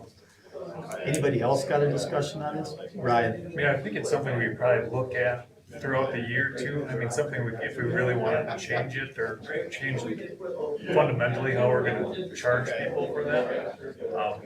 But I would be prepared at this point just to vote on it as is, but I would be open to discussion. I agree, I would think that we could look into it too. But we don't have to do this month. We can change those rates anytime we want. Right, and we could also change the functionality of how we charge people anyway too, right? Right. So I mean, at least this way we're getting out in front of it, in case we don't ever change it, these things would be in place. We could make those adjustments later if we wanted to make those adjustments later. That's kind of the guess. But until we get that data, it's hard to make it, it's hard to vote on that. I mean, to me, it's a good discussion to keep going with. But for now, we have this, and we should keep this going. Any other? Yeah, I mean, I can see where Mike is going with this a little bit, and I kind of am the same way. I think if we would, discuss it down the road, but I think if we took like the average household use for cycle 2, and then took that, say that $8 sewer rate, and break that out over that, say it's 10,000 gallons average use, break that all over, divide that 10,000 into 8, and that's what the water rates would go up. It would go back to the user again. Here, every house gets that hit for the 8, but if somebody that uses 1,000 gallons, they're getting hit just as hard as somebody that uses 20 gallons. And I think the usage is where you should be paying your rates. One point though is there's also an opportunity cost involved though too, the fact that you have the opportunity to have that water. There's a price for that too. You know, just so if someone doesn't use it, but you have the opportunity to use it, that's a benefit. You should have to pay for that benefit. I get what you're saying, you should pay for what you use, but infrastructure, all the things that are built into it, you need a constant flow of money too, not just the user, spreading it directly over the user. There's an opportunity cost that should be factored in there. And to your point, even at, at $2.10 per thousand, we have some users that probably only use 2 or 3 thousand gallons every 2 months. Their bills would be like $2 or $3 a month. But then those that are using more are paying more, so how is that? Right, and subsidizing them, yeah. But I just think having, water service available to you should cost you more than $2 or $3 a month. What is that baseline amount that we're talking about? Like $11. Ryan's exactly right. A lot of cities with the base rate. It's not just for the water, it's the water towers that are put up, that everybody sees a benefit from, their control pressure, fire protection, things like that. The user fee is a lot more of the yearly O&M, and the base rate is kind of, okay, this is what our infrastructure costs. That kind of feeds that. So like Chris said, there's probably users that are less than 2,000 gallons in 2 months. You're really gonna make the users pay an astronomical amount, way more for water than people that are users. Well, so is it right for somebody for 2 people to live in a house to pay $11 for that base rate, and 7 people to live in that house to pay $11 for the base rate?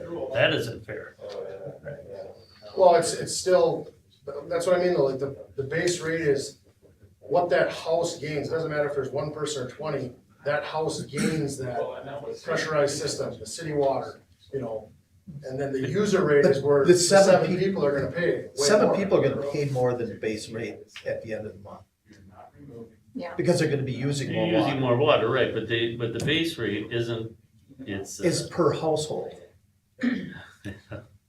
Well, I mean, is the $11, is that a hardship that you've heard people complain about? no, I just feel that we should be more lean towards the user rate than use towards the base rate. And I don't think it's regressive, nobody's complained to me about it, but it is regressive. And, poor people have to pay the $11 and rich people have to pay. If you have a user rate, then you're only paying on what people use. And I know it's scary, but the numbers are the numbers. I mean, you just figure out what you need and then adjust the user rate accordingly. But it also pays for our infrastructure repair. our winter repair and stuff, you know, so the base rate and everything helps in repairing that infrastructure. That'd be- Also, That'd be my opinion. And also a lot of So is your water cities, usage. So is your water. It all goes into one fund. Absolutely, absolutely. You know, a lot of cities, like some of our water meter projects we put in the past, they'll add that to a water bill, they'll have a water meter charge. If they do a tower project or something, water tower project charge. We don't do that because the base rate kind of covers that. So. does Sac I and don't- Back I don't- cover some of that? I'm not disagreeing with anything, I'm just saying that I don't really know of any cities that don't have a base rate. It seems like, kind of like any utility bill you get a base rate on it, so.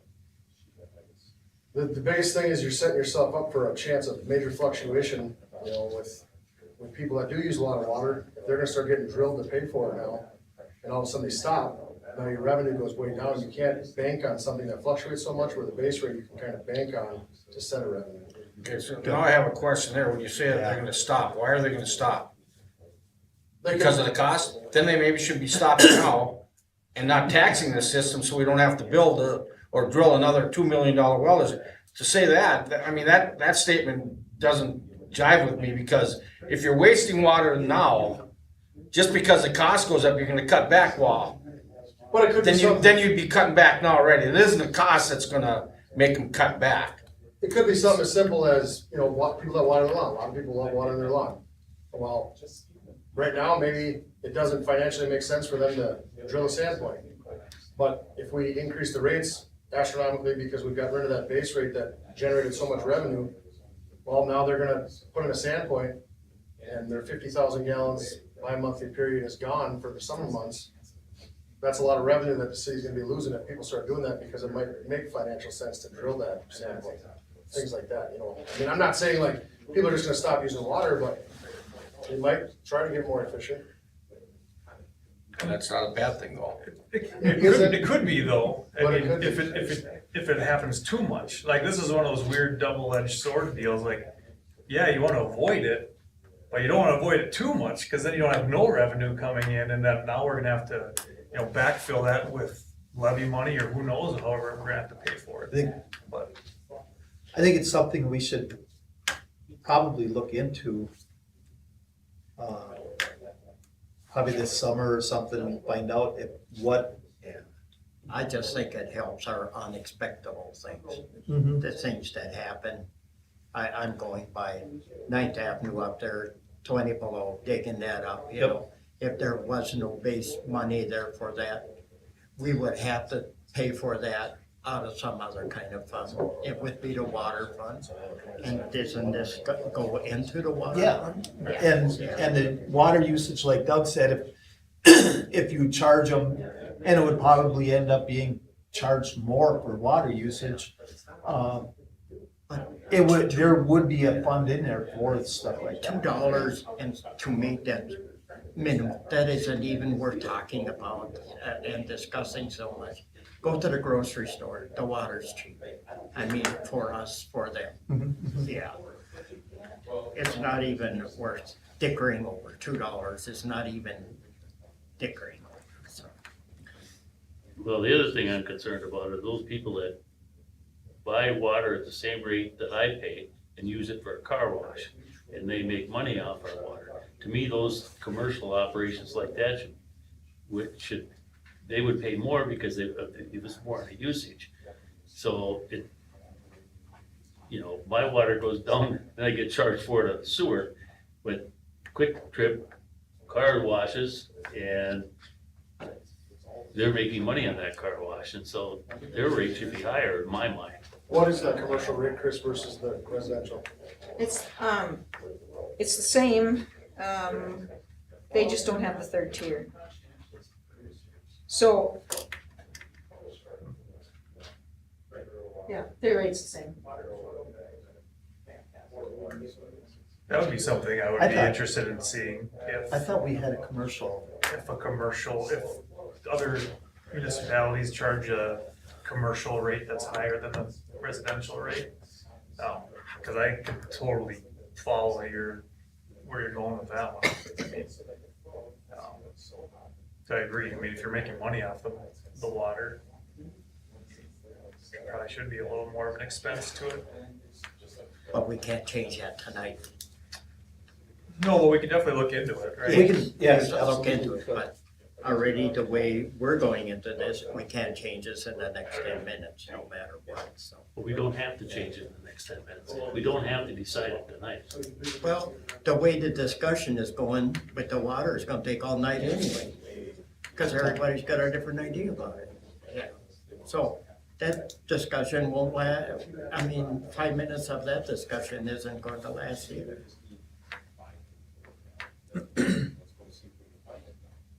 I think that's a good thing to have, look into and see what we can do. And we can always change this during the year. We can do it the next meeting if we. Yeah, if absolutely. we had all the If we information can again. come up with something, we can change it next meeting. We can do this right now and then adopt another resolution or whatever we have to do for next month for that. Cause I think he's got Mike's got a good idea. Yeah, I do too. I Yeah. think there's just something yeah. we have to look at. But we gotta We figure don't out. have time tonight to look at it. No, we gotta figure out the price, what a good price would be and everything too, so. Any other discussion on this, cause there is a motion on the floor. If there's no other discussion, then all those in favor say aye. Aye. Against? Aye. Roll call, Fran, Aye. Doug, Mike, No. Ryan? Aye. And I'm an aye, motion carries. Where are we? Number 9, ordinance number 421, an ordinance amending the fee schedule. Yeah, we talked about all these fees at the last time too. Yeah. So everything's pretty much the same. Okay, recommendation to approve ordinance number 421, an ordinance amending the city code of Cold Spring by adjusting various rates and fees. Can I get a motion on that? I'll make the motion. Brian makes motion. Second that. Fran seconds it. Any discussion on this? Doug? Chris, on the Alexander one, what actually are they renting? What are you renting there? Pretty much just the Stage? stage, unless it's like, I'm trying to think of that fundraiser in August every year that, They like have the a, Recorded Community Foundation, they rent the whole park. You can rent that. So on those But- big, and that's what I kind of thought, so on those big events where they rent the whole park and they close it off from public then, and you have, why would we not be charging the same as Frogtown and Lions Park for that park then? We charge more, it's like, it's a tiered thing, it's like I think it's like 300, and then another charge if they want the bandstand with it, So this fee This is here is minimum. just, It says just that minimum minimum fee. for just that and not closing the park This, down? yeah, this minimum is just, I think, if they wanna use the stage. Okay, They have no electricity, they get no, anybody can be in the park kind of thing. okay. It was just we raised up the minimum. okay, any other discussion? Otherwise, all those in favor say aye. Aye. Against, motion carries. Number 10, Public Works Director report, John Stevie, along with Sam Butler.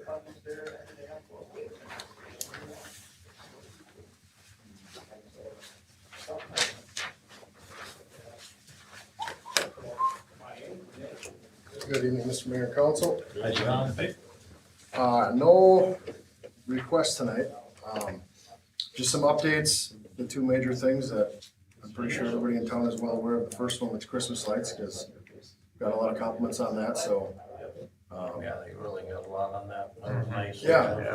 Looks good. Yeah, we got City Hall done yesterday. As you seen, I'm sure when you walked in today. A lot brighter bulbs. It was a good find on that website. The old bulbs we had were actually C9s, but for whatever reason, these are way larger, just way brighter. So. Looks good. And the nice part with these two is they're gonna individually screw them all in, but when one goes out, the rest still stay lit, so it's not such a big issue. But I think with our City Hall lights, we're at a total of 6,050 bulbs. I think I screwed in about 5,700 of them. But looks sweet. I did add that band shelter little decoration. Yeah, that looks nice. Nancy Free, I think, donated the wreath. So we got that hanging up in there, and then I made those Christmas trees throw up in there, just kind of a little spot. Something for the Christmas committee, or I was thinking maybe even like the chamber or somebody, if they've seen it. You know, I think we can do more there. We got plenty of power, we got outlets. Just kind of make our version of like a nativity scene style of thing, you know, not a nativity scene, but you know, something for families want to come and hang out or take a picture by it or whatever, so. Yeah, a lot of compliments, so that's good. Maintenance shop update. We got the fire suppression was finished up today. We got the doors polyed shut. Intex is coming tomorrow to poly the lid and put the chutes in the attic. And then Stotts will come back on Monday and put the lid on. And then we're gonna get temp heat in there and get some of the frost out of the ground and keep cruising. I would say we're shooting for shortly after Christmas for concrete. So it's going good. There hasn't really been any hiccups other than this cold weather, but we've got time. It's kind of working out in our favor that things are kind of slowing down a little bit with that.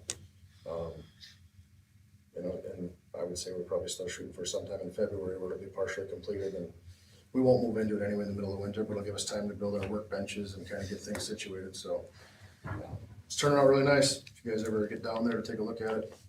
I'll have to get down there sometime. Outside of that, I believe that is all I have. All right, anybody got anything for John? Did we flood the skate rink? Oh yeah, that's a good point. Paul was up there today. He said that should be open by Friday evening. Okay. He's got about a half inch. That snow kind of hurt us a little bit and kind of created some rough slush on top. But that's frozen up now again, and he's flooding over the top of that. So he's got well over a half inch to an inch of ice going already. So he figured by Friday afternoon it should be ready to go. Which could be one of the earliest we've ever had this thing open, and it makes up for last year because last year it was hardly open at all. So, Yeah. so more skating in this year. Awesome. All right, thanks, John. Yep. Then number 11, city engineer report, Sam Butler. Good evening, Mayor and Council. I'll start with change order number 1 on the lift station number 1 improvements project. A few different items on the change order. I think I brought this up a couple meetings ago. The main one on there being the generator conversion from natural gas to propane. So there was some additional piping and a vaporizer added for that conversion. The other ones on here, the 1.5 inch yard hydrant upgrade. So we had spec'd out a different hydrant before the project started. When they gave us the submittal for this hydrant, I had sent it to John, and we kind of went back and forth, and they wanted it to match all of the ones that they have at the wastewater treatment plant. So they have to use the same hoses and fittings and that kind of stuff. So there was a additional charge to upgrade that yard hydrant just for the materials on it. And then the 4-inch insulation over the existing force main. So when we tied down to the existing force main on the east side of the lift station, that pipe was shallower than we expected. So we insulated everything that we had uncovered up to where we tied back in. So those are the 3 additional charges for change order number 1 at a total amount of $10,461.50. All right, recommendation to approve change order number 1 for the sanitary lift station number 1 improvements in the amount of $10,461.50 for a hydrant upgrade, pipe insulation, and generator revisions. Can I get a motion? I'll make the motion. Ryan makes a motion, I'll vote a second. I'll second it. Brant seconds it. Any discussion on this? Mike? When did they start this monthly meter fee, a tariff of $814? What, was that recent or? That was so recent as of this year. So that was when the project started in the spring. I had reached out to CenterPoint because we were going to have them put a service in, a natural gas service to the east side of the building there, and that's when they had responded. Actually, I had filled out the application, gave them a map, and they had responded at that time and said, just so you know, we introduced this new tariff of $814 a month. Their explanation was there's so many of these larger generators going in that they have to secure the natural gas ahead of time, and if all of them were to be in use at the same time, they wouldn't have enough natural gas for all of them. So they have to charge that additional tariff. So it actually changed a lot of our projects. So this was the first one, like a lot of our electrical mechanical guys had never heard of it until this one, and they were speccing natural gas generators on all their projects and ended up converting a lot of them to. Is this something they just did on their own, or don't they have to have state regulation? I guess I'm not. The brewery, lift station A and B that we just did, they're natural gas and they don't have it. And now this one, not even a year later, has it, so. I know that this one is, it's up to a certain size of generator as well, so like, I know those were smaller, I don't know if those would have needed it, but yeah. And I know, same thing on the fire hall. One other thing I forgot to point out in the And then change the order. diesels, we discussed that because it was too much maintenance on the diesel engine. I mean, that's why we didn't go with diesel then. Because we had our first choice of diesel or gas, you know. Diesel or propane, yeah. Propane, but then we discussed diesel was out because of the fluid, the fuels and stuff like that. So yeah, it's just more. It was just more maintenance on it, yeah. I mean, realistically, we run our generators monthly. They're on the schedule, they run monthly just to exercise them. Yeah. But with diesel, there's other things you gotta worry about, like changing the fuel out before winter and making sure you're using fuel and swapping fuel out if it gets old, and you don't have to worry about that with propane, but. You had something else? Yeah, the last thing that I did not mention, this change order also changes or revises the final completion date to June 16th of 2025. There were just some things with the lead times on a lot of the electrical stuff that got pushed out. They couldn't finish their concrete work, which led to them not being able to finish the bituminous, so all the bit plants shut down, and talked to John about it.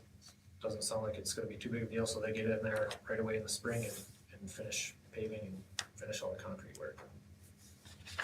So why are we going out till June?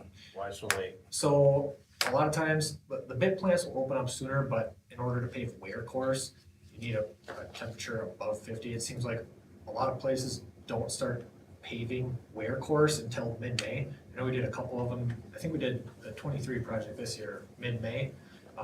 It just kind of gave them, you know, they got about 4 weeks from when the bit plants really started going on wear course to get it done. So you won't come back in June for an extension? Right. I'll hold you to that. Okay, and that's gotta go on this recommendation then? It's part of the change order, so approving the change order. Oh, okay, for the okay, final okay, okay. completion date, Yep. Okay. Any other discussion on this change order? Otherwise, all those in favor say aye. Aye. Against, motion carries.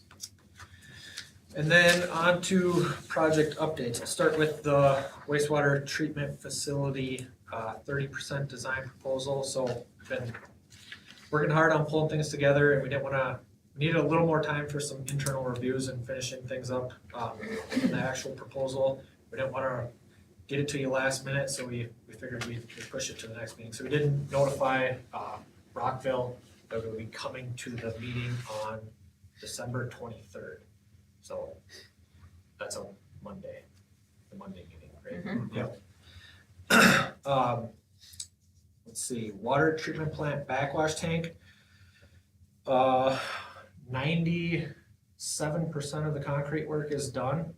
They've got slab poured, walls poured, top slab poured. The sumps on the inside are poured, grouted. They'll have to come back and pour some small walls on the top for the hatches.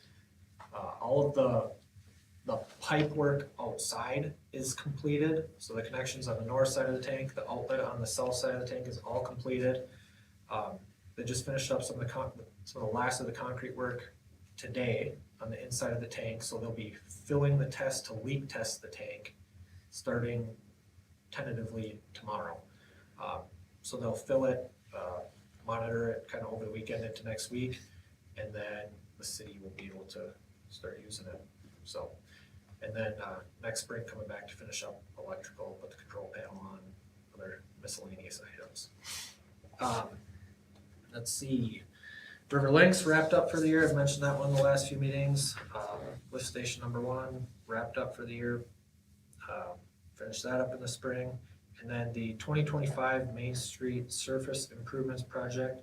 I got a plan set together. My plan is to come to the meeting, the first meeting in January, to approve advertising for bids on that one. So then the bids would come back mid-February. So bidding sometime in February. So I'll have that plan set ready for the first meeting in January. All right. That's all I got. Anybody got anything for Sam? Thank you. Thank you very much. Thanks, guys. Thank you.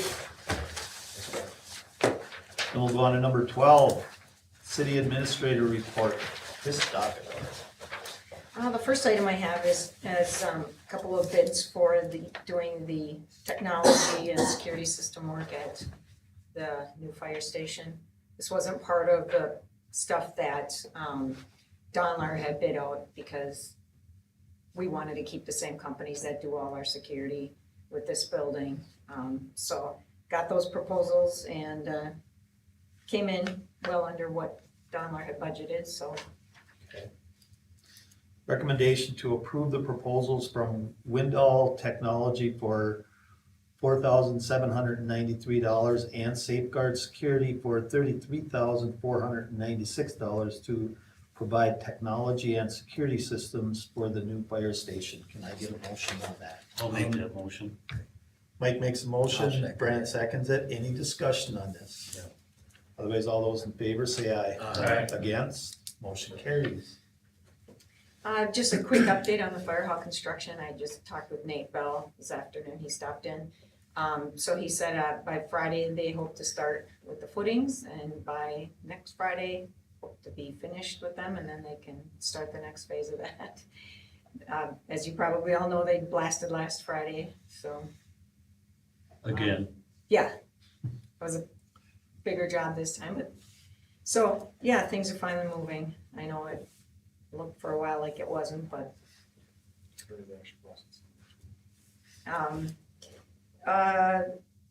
I was just gonna let you know, we talked about this a little bit at the last meeting, but I did reach out to Heidi Pepper at Stantec and asked, is there anything I need to be doing right now in terms of funding? I wanna stay on top of it, so working with her. Nothing really right now, but I think after the first of the year, we'll start getting in touch with Fishbach and everybody else again and see what's out there, so maybe see if we can get some information on a possible bonding bill and things like that, so. But I'll be keeping in touch with her on that, so. Thank you. Yeah. And then the last thing, when I come with the first meeting in January, I always, one of the things is to talk about, or to approve a resolution with all the meetings for the year. I assume we're gonna move next December's meeting as well, because our meeting would land on Christmas Eve. So I decided I'd ask you ahead of time, since I'm preparing the resolution, if you'd rather move it to Monday, the 22nd, or Tuesday, the 23rd. Or any other date, I guess you could. This year, we moved it to Monday. Monday, Tuesday, Whatever. 23rd works for me. 23rd? Tuesday, if it's the 23rd. That's that's That would work Tuesday. better for me, yeah. Alright, Tuesday the 23rd? Okay. That's next year, Brian. 23rd. 23rd next year, yeah. Yeah, next year. And not to have it between Christmas and New Year's week. Well, Right. yeah, instead of Christmas Eve, it'll move it a day. Well, yeah, but I mean, we still have a week between Christmas and New Year's. Yep. All right, just asking. Yep, okay. That's all I have, unless you have any questions for me. I do have one. Tonight we had a truth and taxation meeting tonight. We can't start it before 6, right? Yeah. Can we start a regular meeting at our normal 5 and we just can't get to that at 6, or is there something that says you can't start your meeting before 6? No, we can. I think when we first talked about this, I thought that was what you guys had decided to do. No, we can start the meeting at 5 and get all the other business done first if you'd rather. I think that's what we did last year. I think last year was the first time, right? Last year we held it at 6. Yeah, but we discussed it and decided to go at 6 just in case. Cause our meetings were always at 6:30, so it was never an issue before. And last year was the first time, but. Last year was the if we first can- time. It was a busy one tonight. It was, we could have started That's the this. tax part. Yeah. I was kind We of could have surprised easily that- started this one at 5, like you said. but Yeah. It's just if you get done beforehand, you'd have to recess have to- until 6 You'd o'clock. have to Recess. just kill some time, Which is- right? If we'd, I mean, that'd be great if, I thought that was what, Yeah, We I think talked we about did it last year because of that. And yeah, actually, I wouldn't be opposed to starting it at 5, and if we have to take a recess, we can take a recess. That's not a big deal, I don't think. yeah, that works for me. Yeah, and the last year, I don't think there was a meeting that lasted less than an hour, so. Yeah, so Most of- and even if it did, Most you're all of still, them last over an still hour better off anyway, so. waiting Yeah, 15 minutes and not here till 8 Yeah, o'clock. it is 9 nice to o'clock at keep night. it consistent, yeah, I agree, yeah. yeah, Nice. all right. That's it. Is that it? That's all everybody's got? Okay. Then we'll go on to number 13, list of bills and additions, recommendation to review and accept payment of the accounts payable according to the list and supplemental list presented by city staff. Randy, this is your line. This is my, I will just make a motion to pay the bills. Okay. You won't hear nothing. Brad makes a motion, I'll vote a second. I'll second it. Brian seconds it. Any discussion on the bills? Otherwise, all those in favor say aye. Aye. Against? Motion carries. Number 14, general questions and comments from city council. Brad? I have none. Nothing. No. Mike? No. And I have none. Number 15, motion to adjourn. I get a motion. Doug makes a motion, Brian second it. All those in favor say aye. Aye. Against? Motion carries. Thank you very much.